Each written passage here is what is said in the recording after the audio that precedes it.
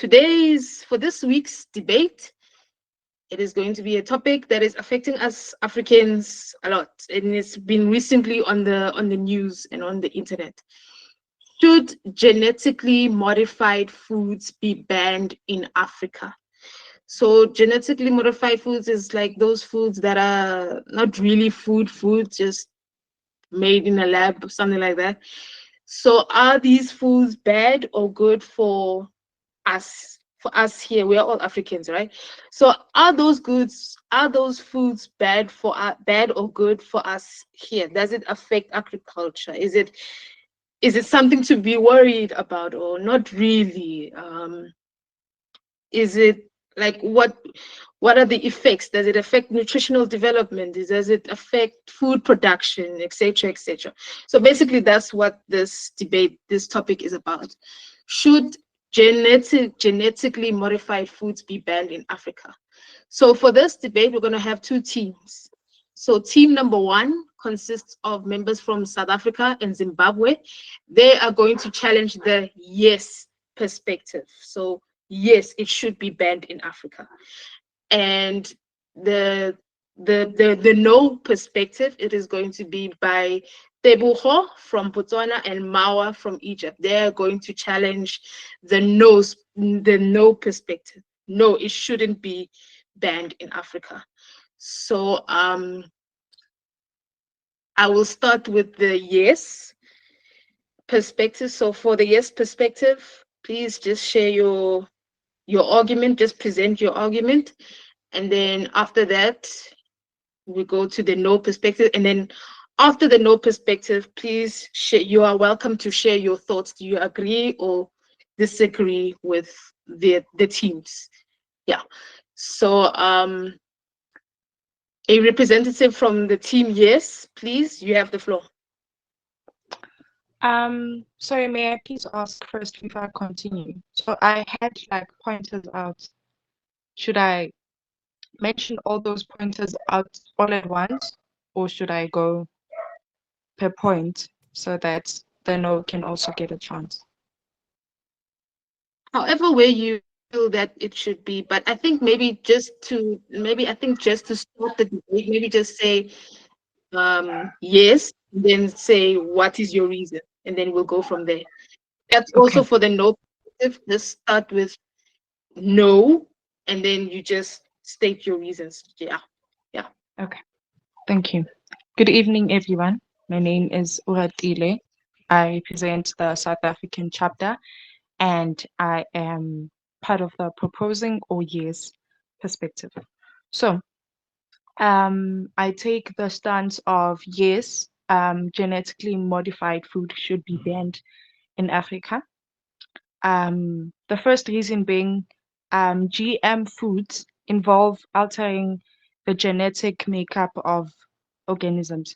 So some people may also argue that this is playing God, or it interferes with the natural processes that we go through, which raises ethical questions about whether we should manipulate life in ways we don't fully comprehend.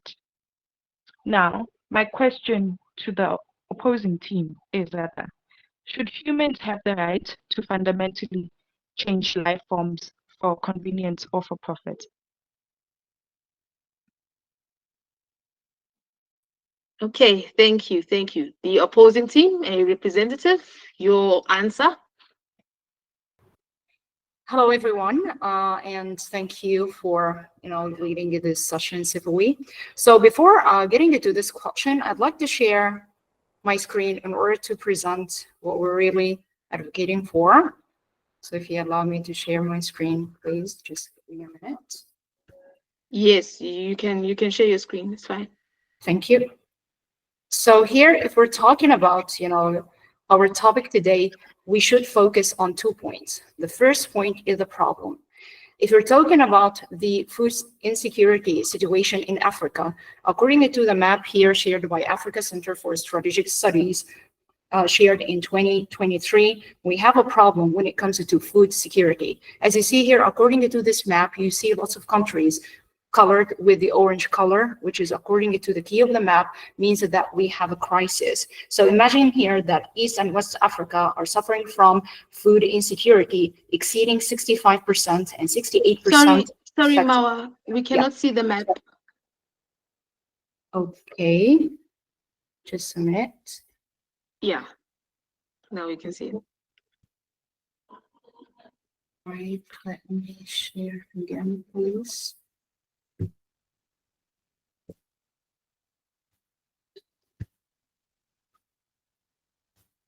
All right, can you see the map now? Yeah, yeah. Just time the slides so that Uh-huh. it Okay. matches with what you're saying. Okay, cool. So according to the map that you see now, as we said, like, there are different countries, and most of the countries in Africa are colored with the orange color, which means that they have a crisis according to the key of the map. And this map was shared by Africa Center for Strategic Studies in 2023. This means that exceeding 65% and 68% respectively. And this is according to also another poll that was made by FAO in 2021. So this means that also, according to worldhunger.com, that Africa's food security is critically challenged. So according to the numbers that you see on screen, 282 million in 2022 are increasingly exposed to malnutrition and undernourishment. Also, over 868 million are facing moderate to severe food insecurity. And even if there was a period of improvement from 2000 to 2015, undernourishment still got up again by 20.2%. Why am I saying all these numbers? All these numbers refer to a major issue when it comes to food security and sustainable agriculture practices. So imagine that we have a magic wand, which is the GMOs food. So imagine that we have genetically modified foods that can solve this problem. And here I'm quoting World Health Organization. According to World Health Organization, when they were asked about safety of foods, here I quote, GM foods currently available on the international market have passed safety assessments and are not likely to present risks for human health. In addition, no effects on human health have been shown as a result of the consumption of such foods by the general population in the countries where they have been approved. End of quote. So according to this quote, maybe we're going to have some of the answers connected to the question that we were asked. So if you're talking about having this magic wand, saving the lives of millions of Africans living in Africa and can literally die out of starvation, and we think that we should not present this solution in case that quote unquote maybe or there is a possibility of some kind of harms that do not exist according to the World Health Organization and other resources that we're going to share today, because I mean this presentation to be purely scientific and unneutral, just neutral and presenting unbiased statements of what we're talking about here. So my question now is to team one. Do you think that based on this kind of assumption or doubt, should we deprive the majority of people living in Africa from having access to food under this claim? But before you proceed with the answer, I'd like to share also more numbers, because today is all about numbers. According to a geopoll that was made recently, these are the benefits of GMOs. And by the way, take a look at the numbers, like 48% faster growing plants and animals, 24% less use of pesticides, 11% of more nutrition, 43% decrease in diseases and drug resistant, 27% less expensive, and 11% healthier, which means that they can fight diseases. So based on these numbers, compared to the previous numbers represented in the impact of the starvation in Africa, do you think it's fair to deprive the majority of people living in Africa from having access to this food? Do you think it's ethical to do that? Thank you. Okay, okay. Thank you, Mawa. Team, yes. Good Thank you. arguments here. Mhm. What is Thank your you for response? thank you for touching on health. I would like to continue, but on the proposing side. So as we know that genetically modified food are created by altering the genetic material of crops, right? There is still an unclear question as to the unknown long-term impact on the human health. So this is because the GM foods are relatively new. Like there hasn't been enough time to fully study their effects. That's why also love that you provided the numbers. You're still a bit unclear on the numbers. They're still a bit low. They aren't as high. So some studies may suggest that there are potential risks, including the development of allergies in people who might react to proteins introduced into the GM crops. So another concern is the possible contribution to antibiotic resistance, as some GM foods are engineered using genes that confer resistance to certain antibiotics. Additionally, there are concerns about unintended side effects. It's still unclear. This thing is still researched upon. So GM can have unpredictable consequences. This is such as creating new toxins in your body, altering nutritional content in ways not yet fully understood. This is and monitoring systems is still limited. If adverse health effects emerge, they could affect large populations without adequate means of detection or treatment. I would really like to emphasize this is still being researched. It is not yet certain that the GM foods are going to impact us positively. This is where I'd like to leave it things. Okay. Thank you. Um, yes. Okay. Yes, Mao, you have the floor. Then after that, let us go to the audience. So far, what do they think about? Yeah, actually, yes, let's do that. So now I'm going to the audience. From what has been presented, what are your thoughts on what is presented from both teams? Anyone have the floor? Okay, yes, Dorcas, you have the floor. Hello, Dorcas, you have the floor. Okay. Good evening. Um, I'm in support with Oratile, who says something about this sort of like questioning the nature of things. Um, I think GMOs that they're fighting with the natural being or the natural things where they are supposed to be done. One, two, it gives us an appealing look while it's affecting people's health otherwise. And it's not a short term, it's a short term benefit. As in, okay, fine, we are getting food that have this, but in the long run, it's affecting people. And with researchers that somehow we have read or little, but not even having a specific author, but it looks like it is the contributing factor to our health downgrading time and again. Thank you. Okay, thank you. I forgot to say, please, teams, whatever the audience is saying, also take note of that and maybe answer their questions also. Yeah. Halate, you have the floor.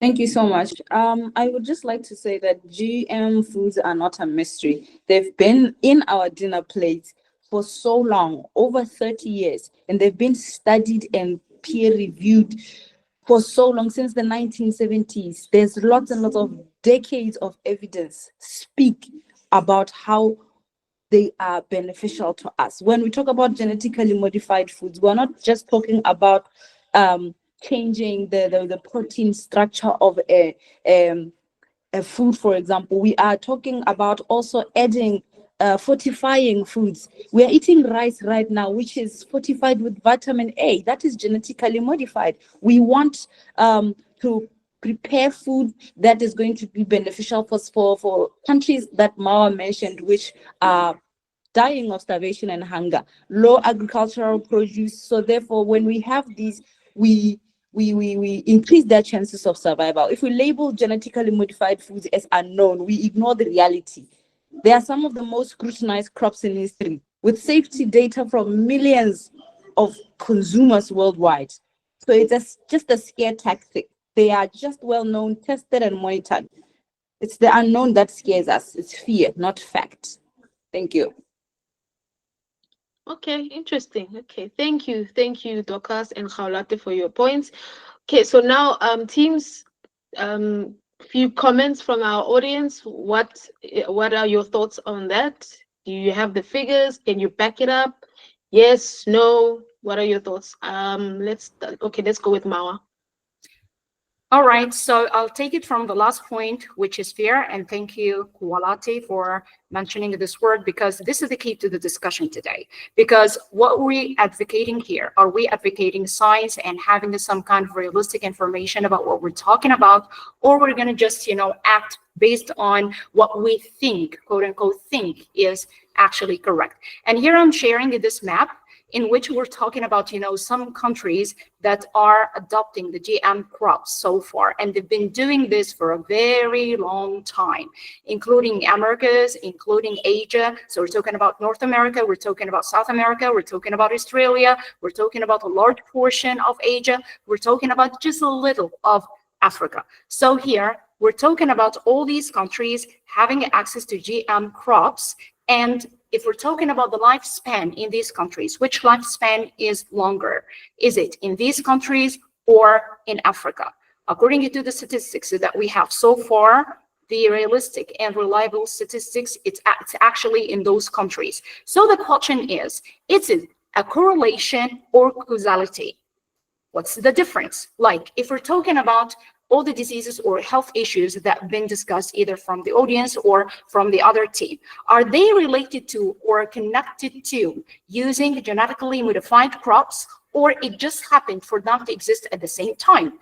In other words, in science, when we say a correlation, it does not necessarily mean that it is a causation connection. Like if you have two things happening at the same time, this does not mean that they are causing, like they have a cause and effect relationship.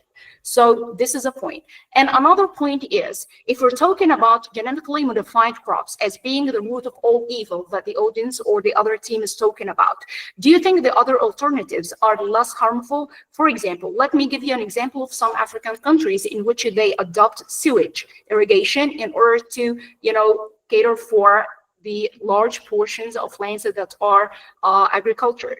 So do you think that this is a healthy option? By the way, it has other side effects as well. But meanwhile, it could present some kind of alternatives in order to be able to agriculture lots of lands in this short time. Number two, did you take other people into consideration as well? Like farmers. What do you think about farmers? Do you think that farmers are able to function under the current situations in lots of African countries in which they have low access to the agricultural resources? They cannot put up with the consumption of large quantities of people, of large numbers of people. And number three, what do you think about the population itself? Like if you cannot feed children, can you put up with this? And finally, I conclude with a major question to the other team. Imagine that we have GM crops off the table. What is the practical alternative and solution do you have to this problem? And how long would it take you in order to put it into action? Thank you. Okay, thank you. Thank you, Team No. Peter, yes, you have the floor. Your answers to the questions. Bugingo, I have noted you. I have noted you. Peter, you have the floor.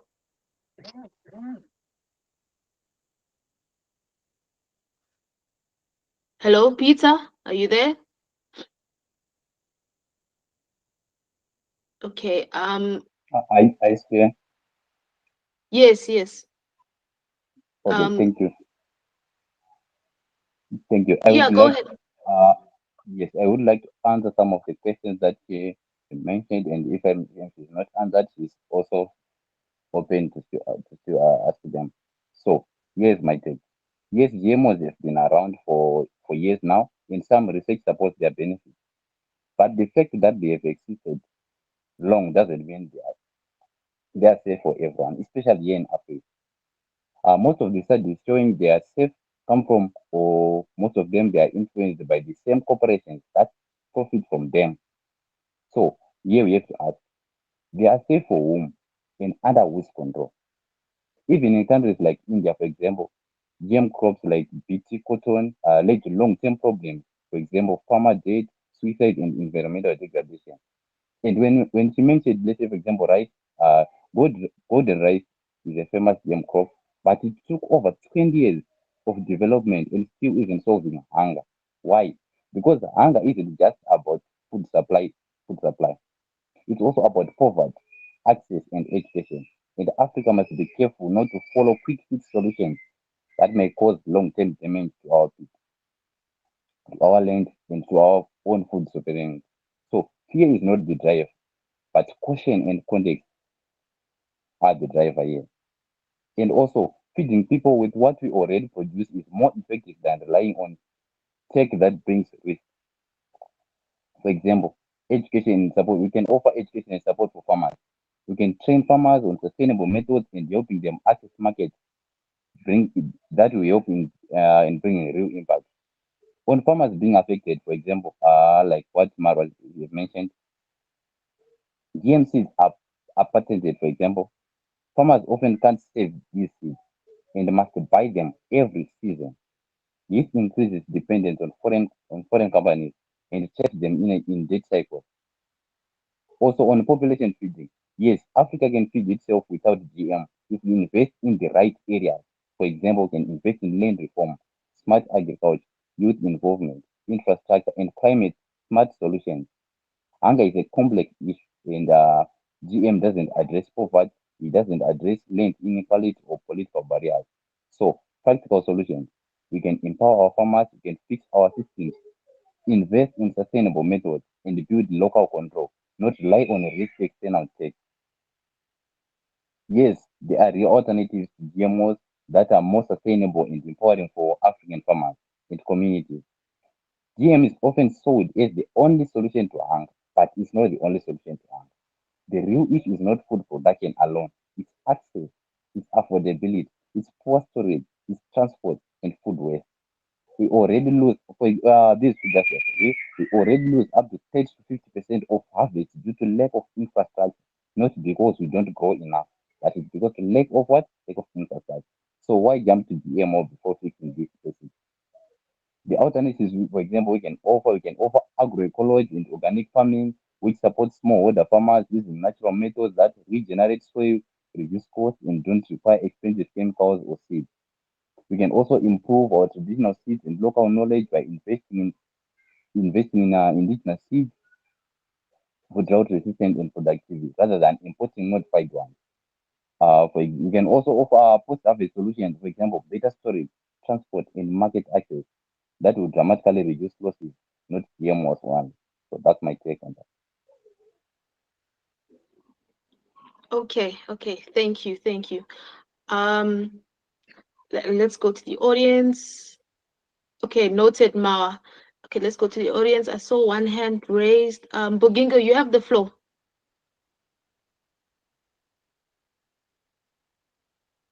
Edward Bogingo, you have the floor. Okay, let's go to Dorcas. Hello, Dorcas, you have the floor.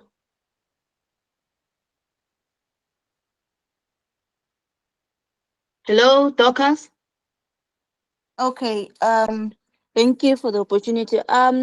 In supporting the point that has been that have been raised on saying let's ban this, I would like to say, let's remember that this does not just affect our health wise, it also affect our environment at large as people, because in most cases these are not even naturally conducive for the environment itself, coming from a perspective of maybe we may think of maybe we are going to use pesticides, we are going to use these other chemicals in our crops that eventually get into our soils and later on kill innocent microorganisms that live in the soil and everything. So as we support the motion of issue of banning it for the health benefit of people, also let's look up into issues of our innocent animals.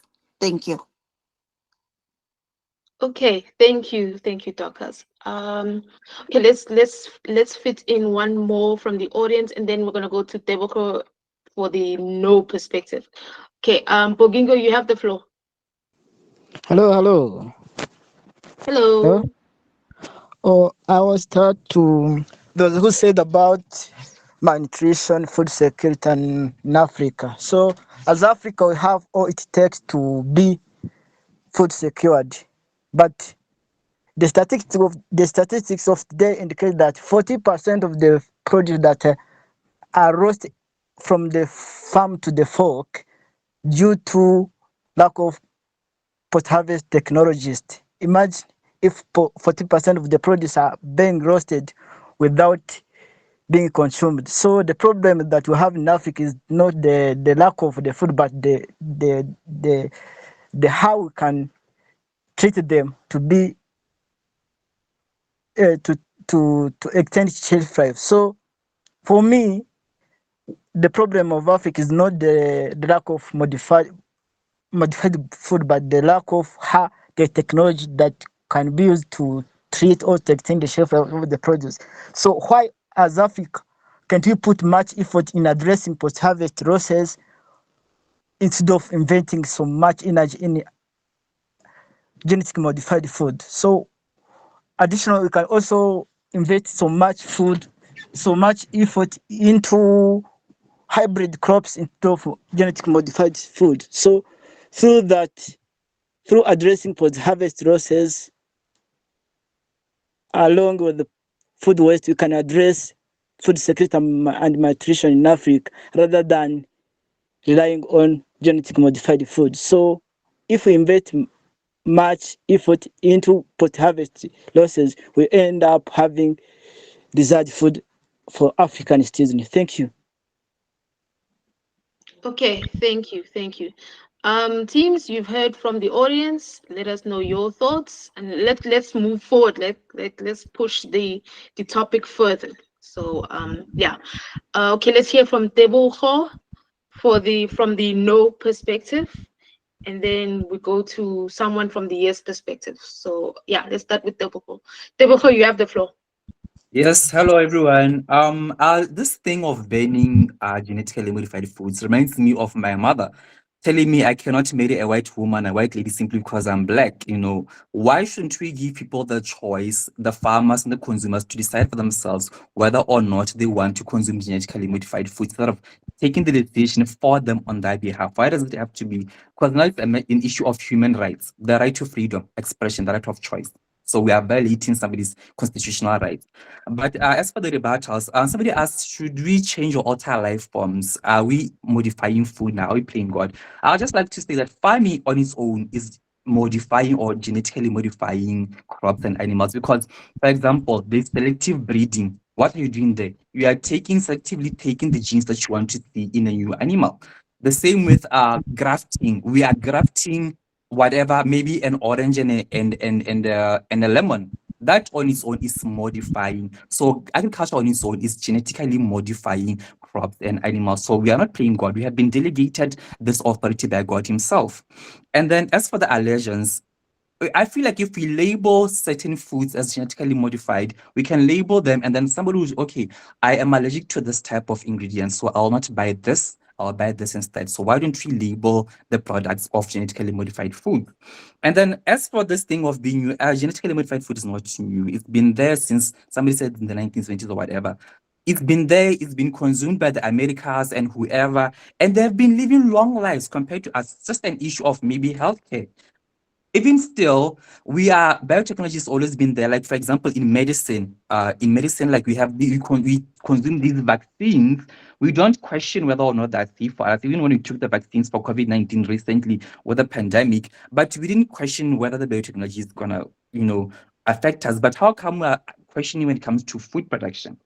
So there's a double standard. For example, we're importing rice. Rice has been genetically modified, but you don't question, oh my God, this rice is gonna kill me. Yet you want to question, I don't know. The same with cotton. We are consuming cotton, but we are not questioning. So why the double standard? That is my question. Because we are already importing genetically modified products or food from other countries.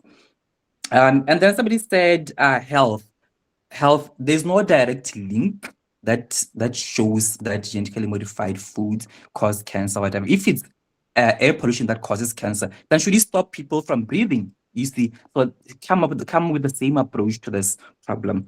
And then somebody said the environment, there's environmental what. Actually, genetically modified crops and animals consume less water. There's less need for chemical fertilizers. There's less need to use tractors, which cause carbon monoxide emissions.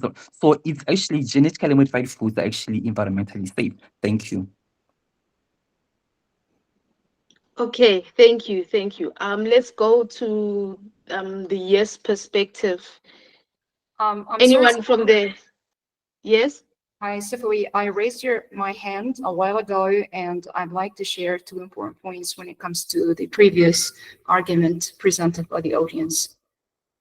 Okay, okay, you can share that. And then please, someone from the yes perspective, your thoughts on this, because yeah, it seems a bit one-sided now.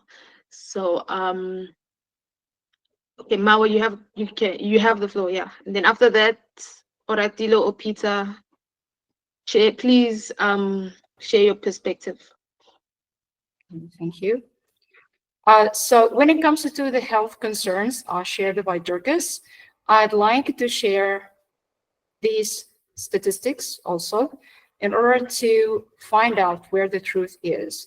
So here, if we're talking about environmental concerns, actually 37% of environmental pollution is reduced because of using less pesticides. So if you're talking about these numbers leading to less environmental concerns, so this actually debunks the previous argument. And these numbers are presented by FAO.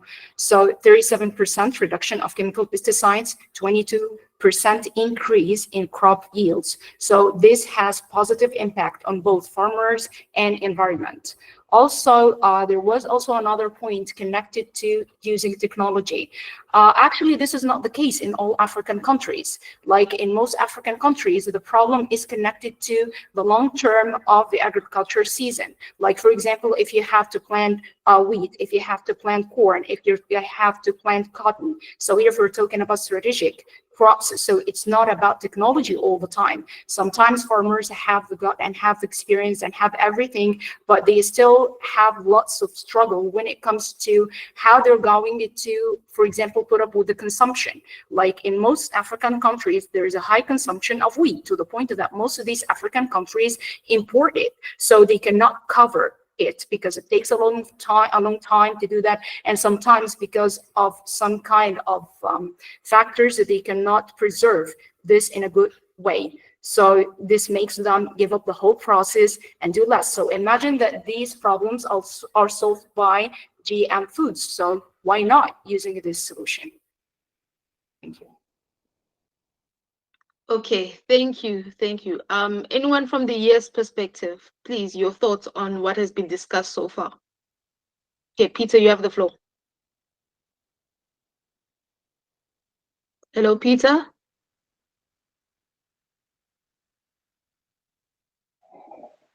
I see. Okay, let me give my perspective on that.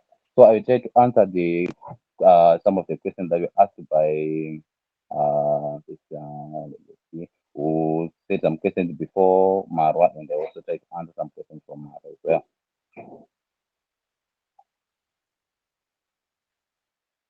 Yeah, go ahead. Hello, Peter. Okay, Oratile. Okay. So just to I answer, confirm if I'm audible. Sorry, Peter, you want to speak? Yes, yes, confirm if I'm audible now. Yes, please, you have the floor. Correct, that's fine. On that question, why shouldn't we give farmers, for example, the choice to choose GMOs? Isn't it restricting them or a violation of their freedom? So, while freedom of choice is important, right, it must be balanced against potential long-term consequences. Introducing GMOs can lead to unintended dependency, especially when farmers become reliant on pretended seeds from multinational corporations. This dependence can erode our traditional farming practices and seed sovereignty.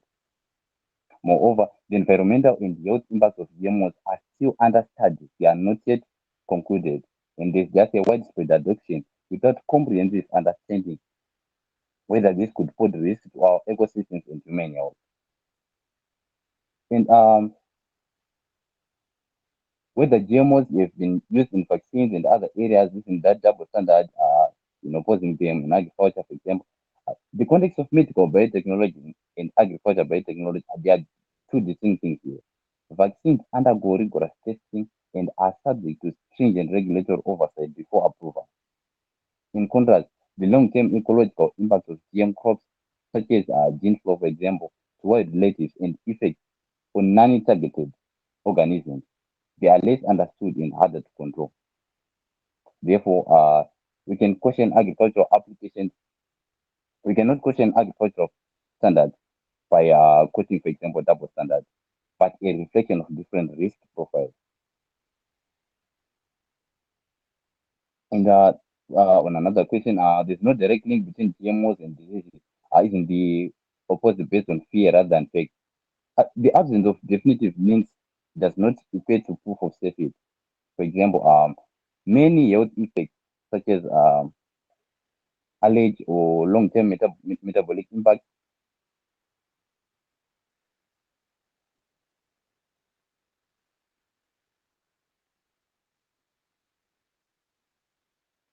Oh, sorry, Peter, we're losing you there. Oratila, just finish up his thought, or maybe you wanna also answer these questions.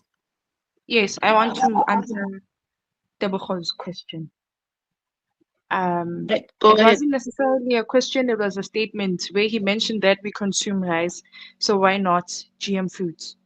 I think that is very ignorant, um, because he's ignoring the fundamental difference between genetic alteration, health risks, and ecological impact. Now, I would like us to circle back and keep in mind that most rice consumed globally and in Africa is conventionally bred. It is not genetically modified. You can continue doing your research on that. So people often confuse selective breeding and hybrid varieties with GMOs.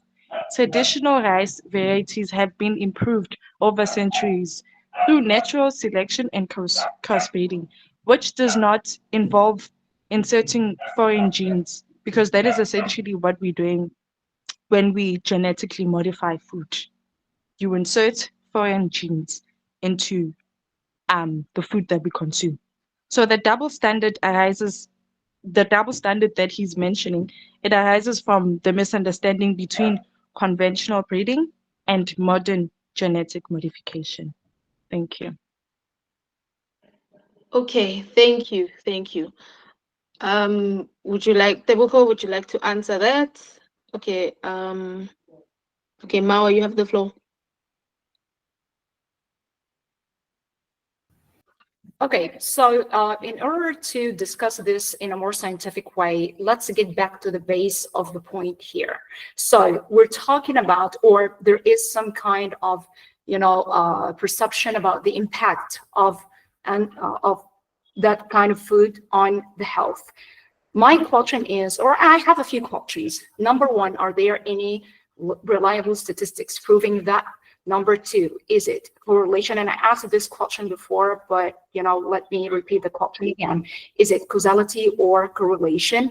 And number three, if we're talking about this impact, is it only due to the consumption of these foods, or there are other reasons? And here, let me share this simple picture in order to understand what I'm talking about. So if we're talking about cancer, for example, like cancer is one of the diseases that are thought to be caused by genetically modified foods. But is it happening only due to that, or mainly because of it? There is no scientific proof. There is no evidence. Like here, let me share.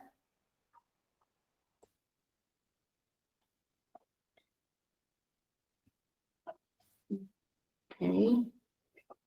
Yeah, like these are the major reasons for it. So if you're talking about food, for example, if we're talking about unhealthy food, so unhealthy food, it's only the genetically modified food or the processed food, because there's also processed food. So this is also a different point we're talking about here. If we're talking about genetics, are you talking about genetically modified food as being the reason for some kind of a change in the genes of consumers? So that's why it leads to some diseases in one way or another. So far, there's no specific answer connected to that. On the other hand, I have a study, it's a peer-reviewed study that has been published recently in 2024, talking about the reasons, the major reasons for the lack of adoption of, or the low adoption of genetically modified food in Africa. And actually, I'm going to talk about it in the upcoming minutes when I have the chance to, in order to tackle the issue from the bottom and find out if it's really science or pseudoscience. Like, are we talking about some kind of speculations or some kind of opinions, or are we talking science here? Because, if we're going to proceed based on what people think, yes, according to some polls, most people think so. But when asking those people in studies, in these polls, if they have any specific evidence, the answer is no. They don't have any scientific evidence. They think so, and this is based on the word of the mouth. Like, they've heard some people saying that, and they kept expressing these words over time. And finally, here, let me refer to FAO that reviewed 147 published biotech crop studies. Again, reviewing over 147 published biotech crop studies, none of them, zero, big zero, evidence of any direct connection between the genetically modified foods and diseases. So there's no risk. Meanwhile, let me remind you about the argument that I shared in the beginning of this session, talking about WHO confirming that so far, all the genetically modified food in the market have no risk when it comes to health issues. Thank you. All right, thank you. Okay, let's go to the audience. What are their thoughts on what has been discussed so far? So I have a comment here by Bugingo Edward. So he says the statistics of today indicate 40% of produce are lost from the farm from farm to fork due to lack of cold chain technology and ports versus technological aspects. The effects of this food extend to the point of malnutrition and food insecurity at large. Addressing this post-virus, I'm not sure what it says there, lost will help, or harvest, okay, this harvest will help Africa in addressing sustainable development goals, particularly zero hunger and others. Once again, Africa is required to grow desired crops that can feed its population. So thank you, Bugiga, for your point. So this is more for the yes perspective. Do you agree or disagree with this point? Okay, noted, Mawa, noted. And then he says another comment: we don't need genetic modified food for Africa and its citizens in order to meet both food and health security. To do that, we need to invest so much energy into cold chain technology and I cannot pronounce this word, technological innovations along along with empowering smallholder farmers as well as adapting hybrid strategies if we are truly looking about addressing food security, malnutrition, and related issues. Okay, thank you, Bogingo, for your point. Another point he raises, all bring here to ask you all, why can't we adapt what? Genetic food, genetic modified food to satisfy Africa and African citizens while we still have much produce being lost? This question goes to both teams that will be at the end of the debate, towards the end. So yeah, thank you, Bogingo, for your points. Another point from Haulate, she says, I'm of the idea that food, if consumed in excess and improperly, can cause diseases regardless of whether it is GM or not. We cannot point to GM foods as cancer causing or as cancer causing or diabetes. Oh, the word is post-harvest technology. Oh, thank you, Haulate. So yeah, that is Haulate's point with regards to what has been discussed. So I'll let the teams just reflect on on these points made. So thank you, Bogingo and Haulate, for your points. Okay, so the teams have raised their hands. I think Mawa was first. Then after Mawa is Peter. Hello, Mawa. Yep. All right. So here, it's not about imposing genetically modified foods. It's about banning, like the question basically today is about banning it. So now if we're talking about doing without genetically modified foods altogether, what's the alternative? And also, guys, I asked this question in the beginning and so far no answer. So if we're going to, avoid it altogether, what's the alternative? Here there are some talk about technological solutions. So are we ready with a specific plan? Are there any kind of, feasibility study talking about the cost of doing that? And if we're going to compare the cost of doing this, I mean, implementing, some kind of supply chain, solution, or finding some kind of solution to the whole technological process, whatever, do we have any specific plan for doing so? And it's going to be cheaper. So there are different factors to be taken into consideration. So until you put this into action, are you going to, and again, this is also a third question that I keep repeating today, are you going to bear the guilt of depriving all those Africans from having access to food until you get this plan into action, maybe in 10 years, in 20 years or more? Who knows? Because also we have another problem, which is the economic situation. So putting all these factors into consideration, do you think it is rational to ban genetically modified food altogether without having an alternative? It's like throwing someone in the sea without them being able to swim, and you say, see, look what, say what? I'm going to take this boat out of you. You don't have any life jackets. You have nothing to survive. And you throw them in the middle of the sea. Doesn't make any sense. So until we come up with these plans and until we come up with real, feasibility studies proving what we're talking about, maybe at this point we can say, all right, guys, let's do without the genetically modified food and proceed with a plan. But so far, nothing like this happens. Even, all what we're talking about when it comes to the harms and the side effects of genetically modified food, there is no proof. And yes, quality, when you were talking about the excessive consumption, I agree with you. When it comes to the excessive consumption of anything, even if it's healthy, of course, this is not the right thing to do. But what I'm talking about is completely different. What I'm talking about is necessity, is a solution to food insecurity. You know what I'm talking about? Like, people go to bed without food, not even without dinner. So they have nothing presented on their plates day to day. And I think you already know the situation in most of African countries. These are the situations that I'm talking about. So we're talking about necessity. We're talking about having access to these foods right away. So we're talking about promptness as well, because People's life is on the stake here, guys. We're talking about people's lives. Thank you. Okay, thank you, Mawa. Team, yes, your answers to the no's questions, your answers. What is your answer? How do you respond to that? Yeah, let's. Okay.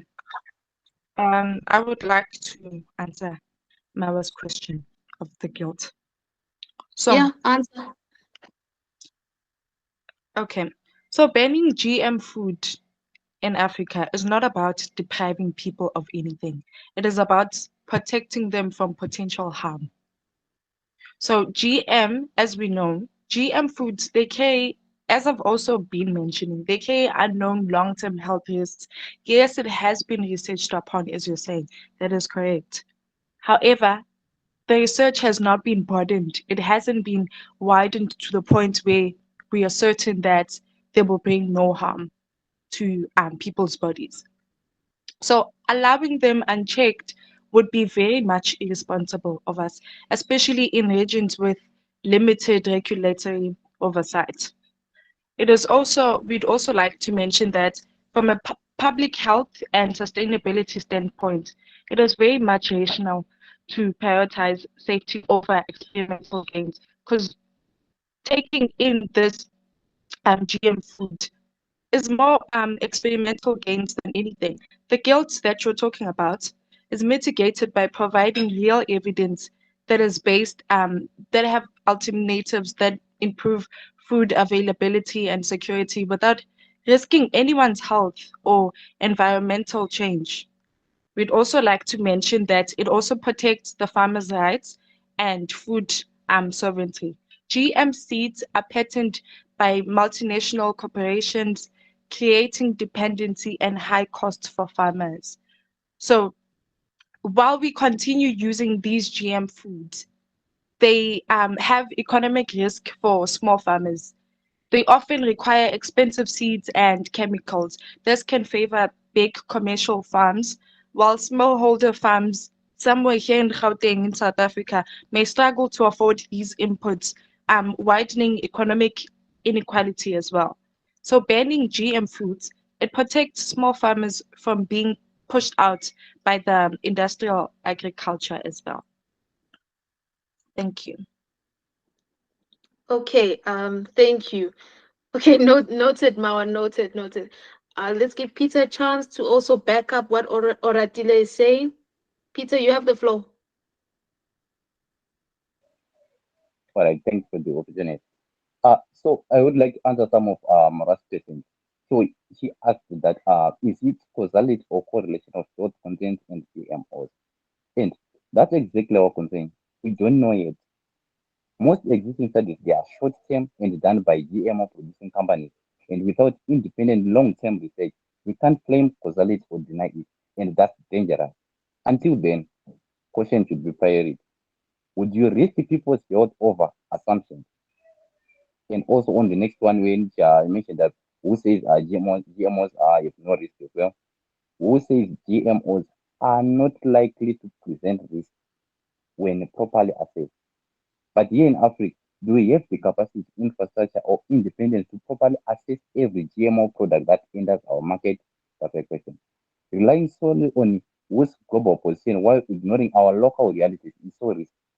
Who also acknowledges that public concern and ethical considerations must be respected, especially here in developing countries. Those are some of my takes. And also, um, isn't food insecurity in Africa more about distribution, poor storage, infrastructure, and political issues than just production?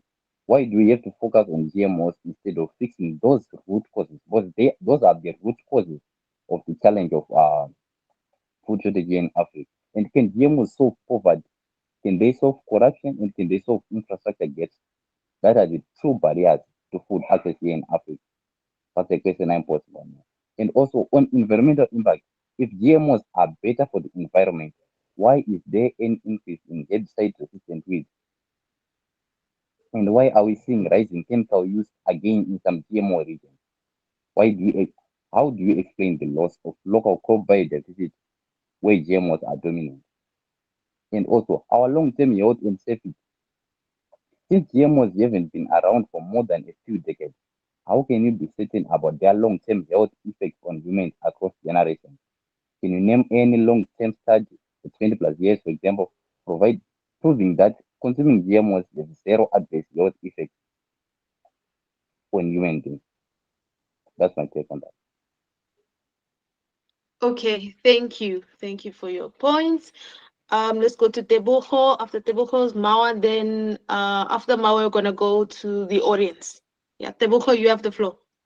I would like to ask, besides health, what other reason is there for banning genetically modified foods? Because as far as I'm concerned, that is just pseudoscience. But anyway, I would like to ask this question of choice. If smoking is bad for me, shouldn't I choose for myself whether or not I want to smoke or drink Black Label? Shouldn't the choice be upon me as the consumer? Should a pastor come and beat me with a stick and ask me why am I smoking, why am I drinking like Black Label? Or should I take the liberty as an fully grown adult with the information who's making an informed choice, an informed decision?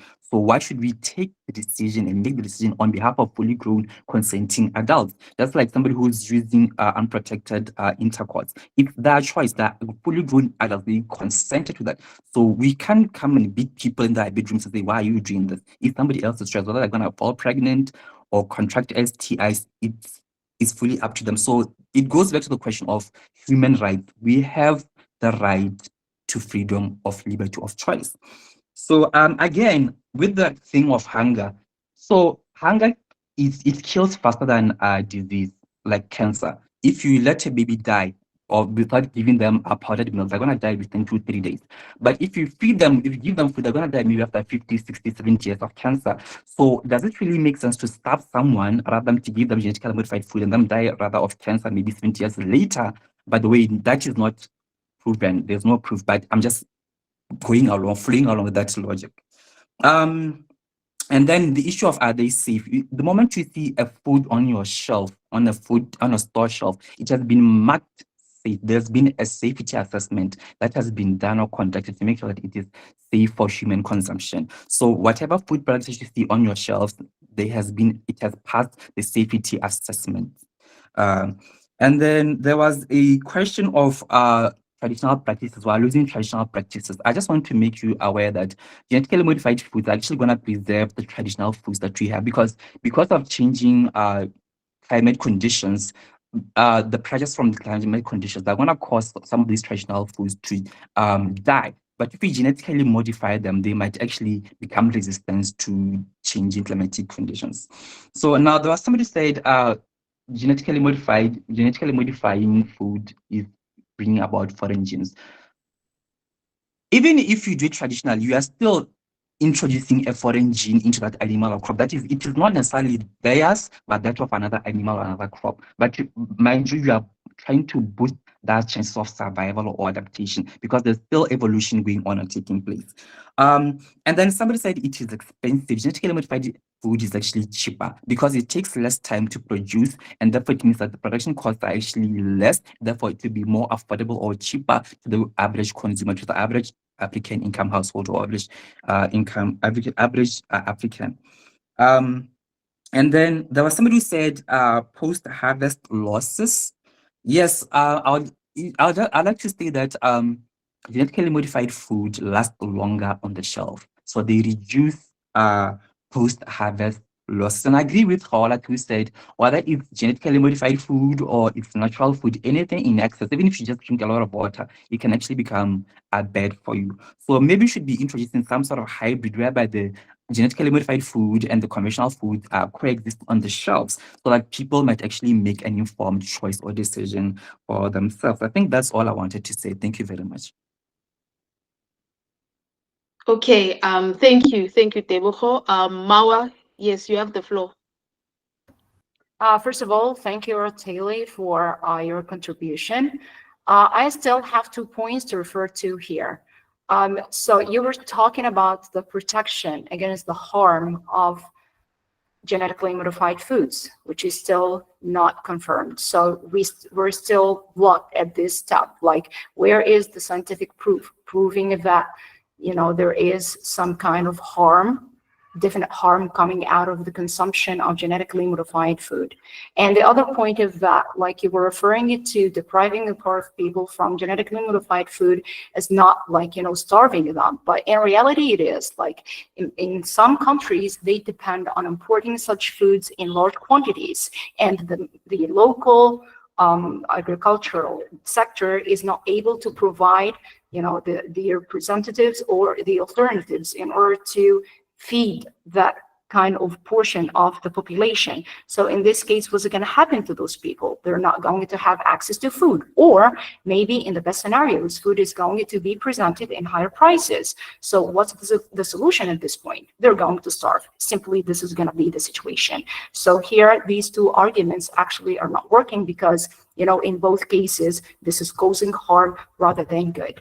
And another point here is connected to, again, working on technology. So I'm going to repeat the same question again. How long and how much? How long would it take people to wait until this is becoming into reality, and how much money this is going to cost? And by the way, we have to put another point into consideration. If you're going to put this money into some kind of investment in order to produce this technology, don't you think that this is going to affect on funding other sectors that need money as well, including health, by the way?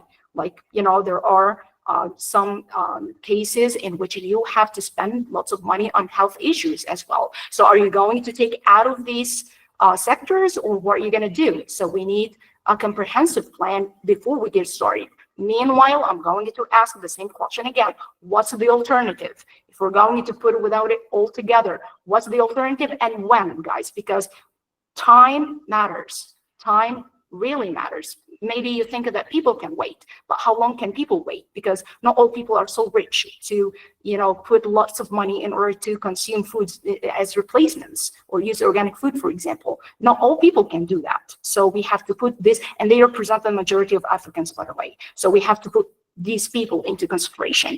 Now I have another point to focus on. Don't you think that maybe is the problem of our perception, not actually genetically modified foods? And let me share this figure in order to help you understand what I'm talking about. And this is taken from a peer-reviewed study by Momondo in 2024. And this figure is really interesting. Let me share it with you. And it talks about some points that represent some answers to what we're talking about today. So here, imagine that we are talking about ethical concerns, and this is, presenting the major part of our discussion today. So what do you think about establishing biosafety system or laws in order to assess risks periodically? Like regularly, there must be some kind of check in order to find out what's going on. So this is like, it's not like we're inventing the wheel. Like, everything is there. So why don't we work on fixing the situation in case we have a problem, by the way? Like, so far, again, we don't have any scientific proof leading to anything connected to the harm caused by genetically modified food. So what about just maintaining the current situation that we have? And meanwhile, we're going to protect people.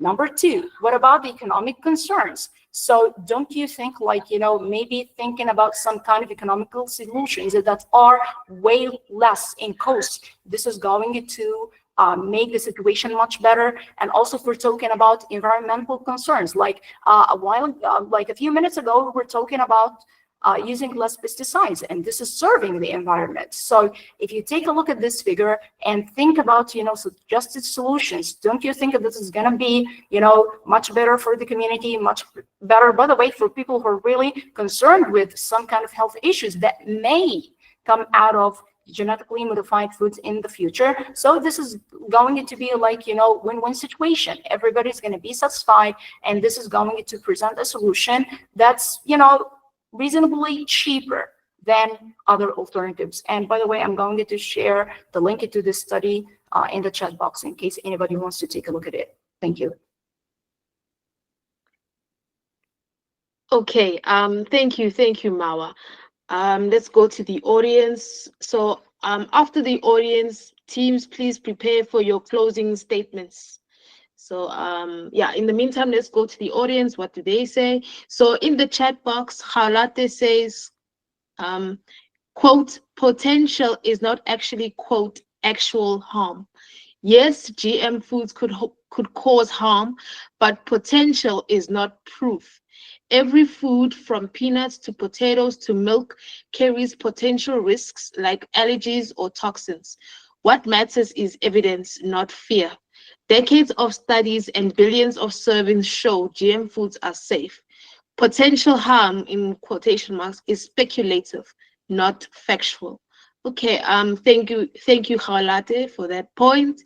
Bogingo says, of the cold chain technology is expensive, but it has proven much benefits in reducing um, post-harvest losses and increasing food safety and quality. Many studies on cold chain technology has been done. You can look at the Career Transicold in Ghana, African Center of Excellence for Sustainable Cooling, and cold chain in different countries like South Africa, Kenya, and Rwanda and India. Okay. He continues by saying, since cold chain technology is very experienced or expensive, there is a need for strong collaboration and partnership by different stockholders. For example, smallholders, farmers, to meet cold chain equipment, they can make cooperative in order to meet the investment need towards adapting cold chain technology and its implementation. Okay, thank you, Bogingo, for your points. Doka says lack of regulation. Africa's regulatory frameworks are inadequate to ensure safe deployment of GMOs. The lack of regulations of inadequate regulatory frameworks for GMOs in Africa can lead to several challenges. So the challenges include unclear safety standards. Without clear regulations, it is difficult to ensure GMOs are safe for human consumption and the environment. Two, insufficient risk assessment. Lack of regulatory oversight can lead to inadequate risk assessments, potentially overlooking long-term consequences. Number three is uncontrolled spread.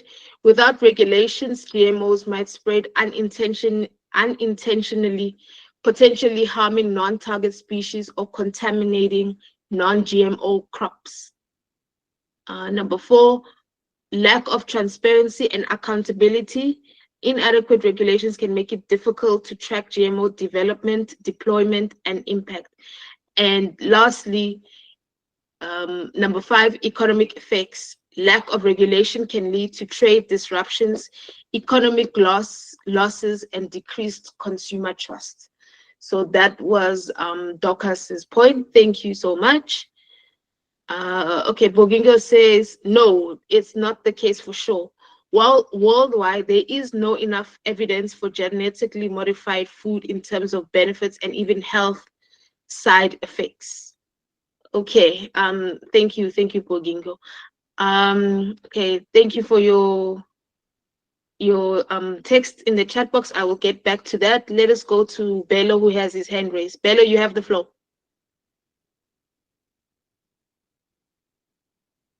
Bello?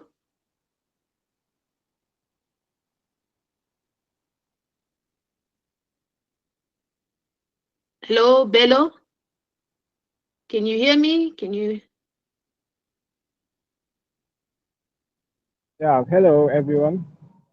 Very good evening Hello, to yes. all of you. Sorry for the background noise. A very good evening to all of you.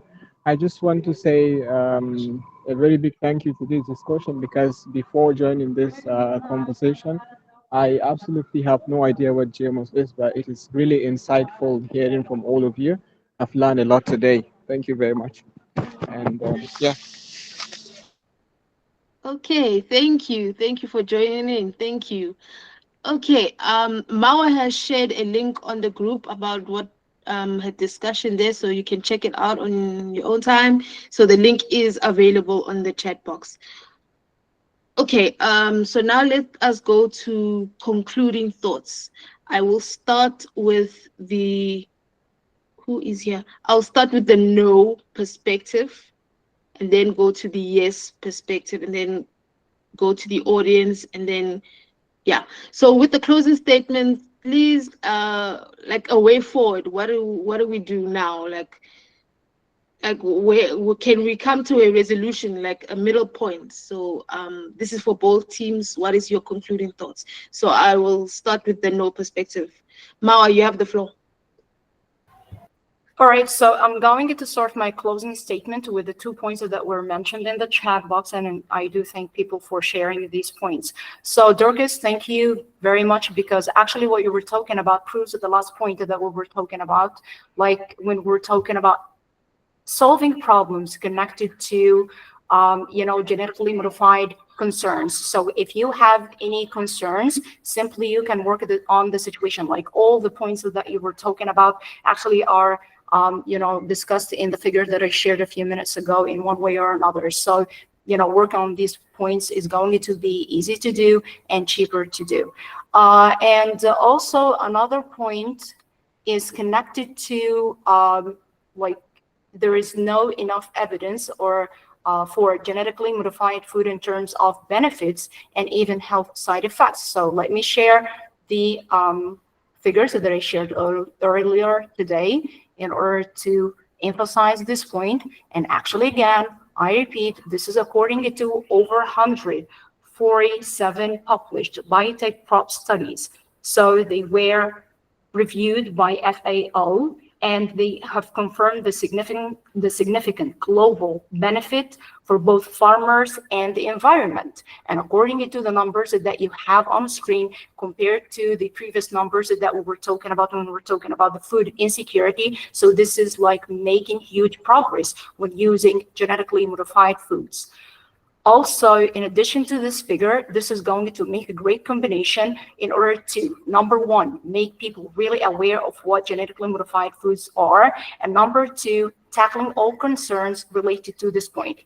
So this is going, and by the way, finally, help some countries avoid lots of expenses that may affect the expenses on other sectors like health sector, for example, since we were talking about health a lot today.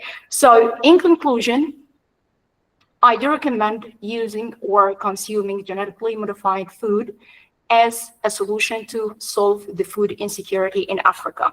And in case we want to explore other solutions, no problem with that, but on two conditions. Number one, to do this as soon as possible, and number one, to do this as soon as possible, and number two, to make sure that we have another medium or some kind of in-between solution in order to avoid the loss of lots of lives. And finally, whatever kind of decision you're going to make or whatever kind of solution you're going to find to this issue that we have today in Africa, I mean, when it comes to food insecurity or food issues, we should put into consideration that every second matters and every life matters as well. So not all people can wait. Not all people are rich enough to spend a lot of money on food consumed. There are lots of children that may not be able to stand up to open a door and carry their bag to go to school. This literally happens in lots of African countries. Thank you. Okay, thank you. Another representative from the no perspective. Debuko, you have the floor. Right. Thank you. I just want to say, I do agree with, I appreciate Khaolati. She said, whether you consume genetically modified food or natural traditional food, either way, excess of it you're gonna get sick. So I just want to say I'm at a crossroads. I take the hybrid approach whereby the genetically modified food has to be on the same shelf as the conventional food, in the sense that take breathing, for example. When you are breathing, you inhale a lot of toxins, but we can't stop you from breathing out, can we? Even if we were to ban all the technologies and whatnot, we're still going to cook food by firewood. Still, carbon monoxide. So some things we just cannot avoid. It's part of human life, So, so rather, what am I saying? What I'm saying is we should be responsible with the adoption or the use or the consumption of genetically modified food. The same with conventional foods. We should tackle public concerns, sort of just acting out of fear. We should tackle them maybe through open communication, like platforms like this one, whereby we discuss the risk and the benefits. Just like the same way you can't hit a teenage girl or boy when they're having unprotected intercourse. You inform them of the consequences, and then they make that decision. Just like somebody who smokes cigarettes or who drinks alcohol, you just can't come up to a fully grown adult who's consenting to that and just beat them in the club. It's like, why are you in the club? I'm a pastor. No, it's that decision that choice to make. They are aware of the risks and the benefits, and they have to decide for themselves. And so we have to involve people in the decision making. We shouldn't make the decisions for the people, let the people make the decisions for themselves.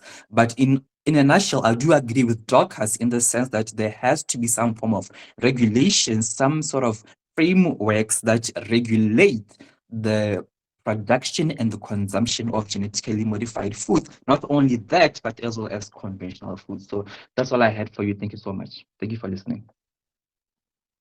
All right, thank you. Noted, Mawa. Let's go to the yes perspective. Peter, yes, you have the floor. Your concluding thoughts. Hello, Peter. All right, thank you. So, ladies and gentlemen, as we close this debate, we are not denying the science or innovation behind GMO, but we are questioning their suitability for Africa. Africa's food insecurity is not a problem of low production alone. It's a result of poor infrastructure, inequality, corruption, and lack of support for local farmers.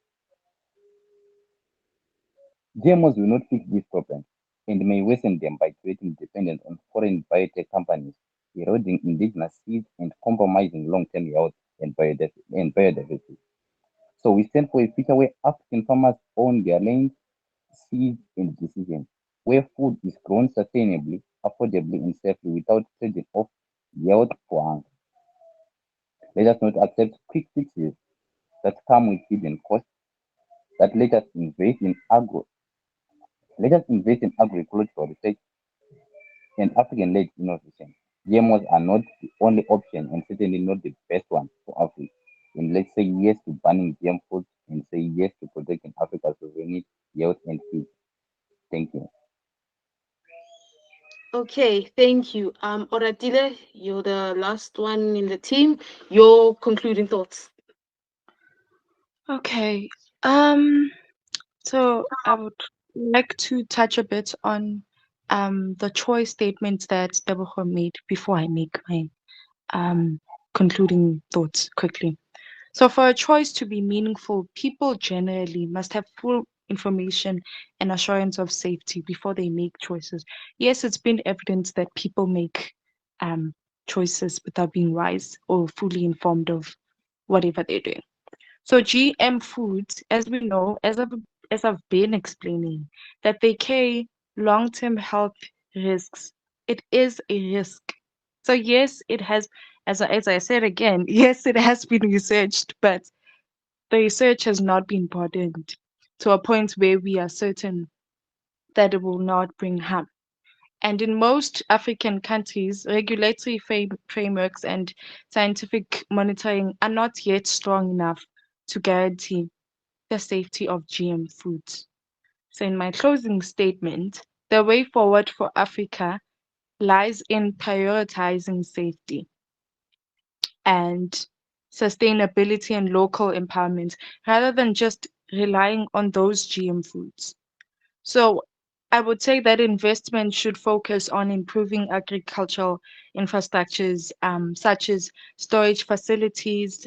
We've seen that Nigeria also has a problem with losing some of their foods because of storage, the problem of storage facilities and transportation. So this is to reduce the 30 to 40%. We're talking numbers as well. The 30 to 40% of crops lost post harvest. Simultaneously, supporting traditional and improved indigenous crop varieties can increase yields without genetic modification, while sustainable farming practices such as organic fertilizers and natural pest management preserve soil health and biodiversity. So strengthening our research and regulatory capacity ensures that any future interventions are safe and locally appropriate. Finally, food fortification and nutrition programs can address deficiencies without introducing untested genetic risks. By combining these strategies that I've mentioned, Africa can achieve food security, improved nutrition, and economic resilience while protecting public health and the environment. Thank you. All right, thank you, teams. Good points were around. Let's go to the audience. Noted, Mawa. I will get to you after the audience. Okay, so Peter says, from the yes perspective, he says, absence of evidence for their side effects can't make us accept them. It's a risk. Imagine allowing a vaccine to be rolled out because there's no evidence of negative side effects. It's risky to the population. Oh, excuse me. So yes, we should not allow them, the GMOs. So that is his thought. Thank you, Peter. Bugingo says, yeah, I agree with you. I am still asking this question. Why do we need to adapt genetic modified food while we still have much produces being lost from the farm to fork? Can we put much effort into reducing post-harvest losses of produce? So good point there. Thank you, Bugingo.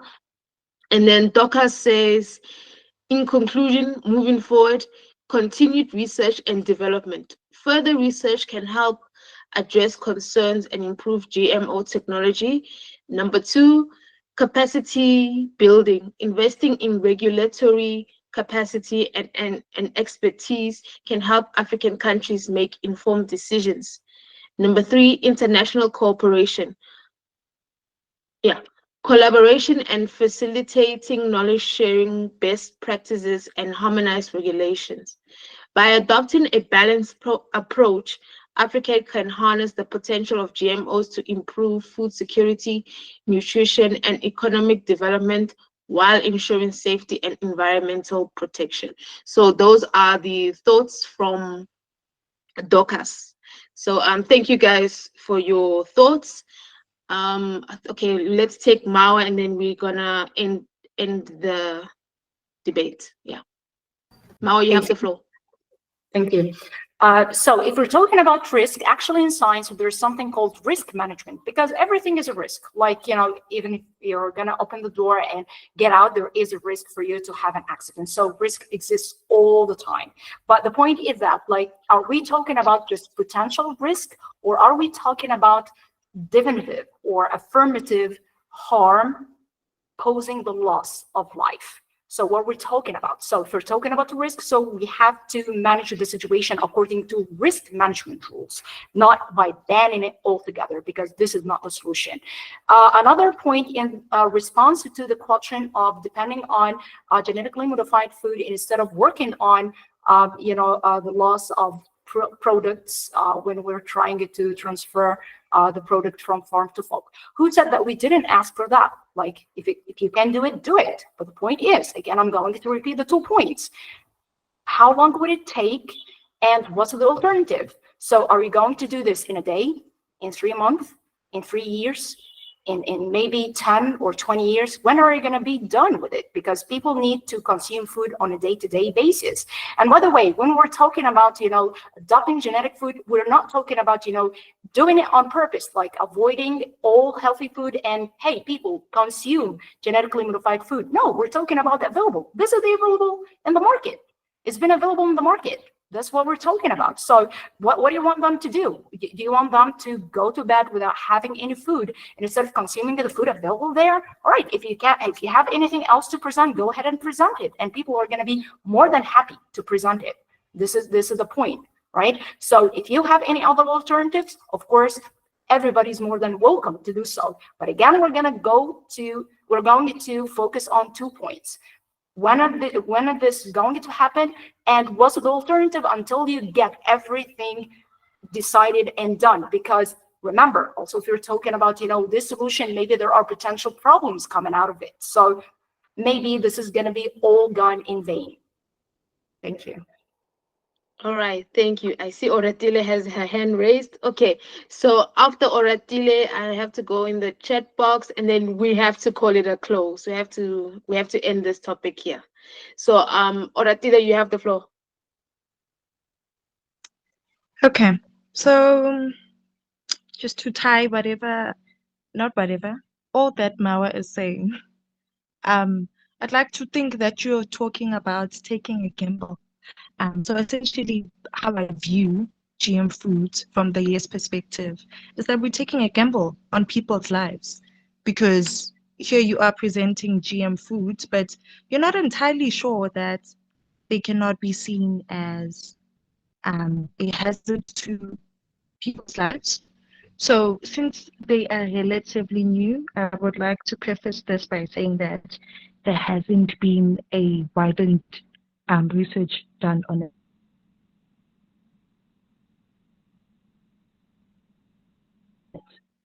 The long-term impact on human health is not fully understood. There are a lot of risks, including, I'm also going back to the point that I mentioned, including allergies, sorry, yet they live longer than us, but we're talking about Africa, yeah. Who's to say when you consume those GM foods, you will live longer? And yeah, who's to say that? Who's to say if you consume GM foods, you live longer? Yes, you mentioned the rice analogy, and I answered that. I wouldn't like to go back to it. Yes, as I was saying, there are antibiotic resistance as well, organ toxicity, and other unforeseen chronic illnesses. This is introducing them widely is like betting on untested technology with millions of lives at stake. But as Deborah is saying, Americans live longer. Okay. I would also like to add that Mawa also mentioned the risk management. So having risk management is crucial because it frames why precaution is necessary. Effective risk management ensures that populations are shielded from unknown or harmful effects of GM foods, such as allergies as well. Reduced likelihood, the consequence of this is that reduced likelihood of widespread health crises and long-term chronic illnesses that may be caused by these untested food that we consume. I would like to leave it at that. Thanks. Okay, thank you. Okay, there is a lot of comments here on the chat box, but we have to end it here. So I'm gonna read the last of these chats, these texts, and then we have to call it a close. We have to conclude it here. So Bugingo says, to conclude, let us put much effort into reducing post-harvest losses rather than thinking about genetic modified food. Genetic modified must be banned, although as the last option in case it is taken into consideration. Thank you for today's topic. So yeah, thank you for coming. So yeah, that is Bugingo's thoughts. Haulate ends it by saying, conclusions, scalability. Africa-led biotech projects may align better with local needs and reduce dependence on foreign companies. We also need integrated approaches by combining traditional agricultural methods with biotechnical advances to balance benefits and risks. Okay, so thank you, Halate, for your point. Okay, so Debuho says Americans have been consuming GM foods yet live longer than us. Okay. Peter says managing a risk doesn't make it safe. It just means we're living with uncertainty. Why take that gamble with our food and health? Investigating risk is important, yes, but until it's fully understood, feeding millions with uncertain outcomes is too big a gamble. Prevention is better than cure. Okay, thank you, Peter. Bogingo responds, I think this is to Tebucho's comment. Please correct me if I'm wrong. Bro, when you want to say how about Americans are living longer than Africans, there are many factors to be taken into consideration, not only consuming genetic modified food as a single factor. Okay, so I'm thinking this one, that's another debate for another day. So but yeah, thank you for your point. Yeah. Peter says, this is the last comment, guys. Last comment. GMOs may promise solutions, but they come with risk we can't afford. Africa needs food security, not seed dependency. Let's invest in safer, sustainable alternatives. Our future deserves better. So that is from Peter. Yeah. Okay, I think we have covered it all. So yeah, thank you guys for your comments, your texts on the chat box. I think it has been received by both of the teams. So yeah, so the moderators concluding thoughts on this. The GMOs are not necessarily bad, but also not necessarily good. It has to be, as mentioned before, it has to be regulated. It has to pass safety codes, safety concerns, because we all need to be careful with what we eat, and we also need to be mindful of where does it come from, like the factories that make our food, or like do our seeding with the seeds. We also need to educate ourselves that where does our food come from, how is it prepared, what other preservatives, chemicals, or whatever, what they put in the labels, what else is in the other than the usual, the basic food like potatoes, for example. What else is in there, so also it's important to check the labels. What does each item on the label say, and how much is in the food that we eat? Is it safe? I see like all our food labels has 19% this, 20% that, 5% this. You are in your right to check that, to do your research. What is this additive that is put here in my our potato chips? What is in there? Why is it in there? So yeah. And also the traditional way of farming, it should also be kept. We should, but also it must be adapted to now. Work with technology, so that farming and agriculture can be better, not diminished. It can be better, it can be improved. So yeah, overall, I think it's a matter of just be careful what you eat. Where is it prepared? Check the labels. If you taste something that seems, no man, it's not supposed to taste like this, then you report it. There are some relevant government places that you can go to, or a regulatory place that you can go to report this. Remember, guys, let's not take food for granted. Food is what we need to survive, to live, to thrive. You see, so let's take food very, very, very seriously. And to that situation where areas are dealing with food shortage, or do not have food, like enough food, then those who offer food to them, they should also be mindful, like, no, these people are humans. They need food, not like rubbery food. No, they need food. Again, GMOs need to be regulated, safety checks, yeah, all that stuff, in order for them to also thrive and survive and eat.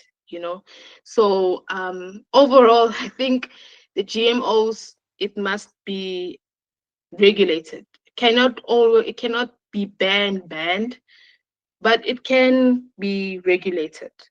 Yeah. So that is the concluding statement for this debate. So yeah, we have gone ahead of the stipulated time. Good luck, you can stop recording. Yeah, if there's anything else here.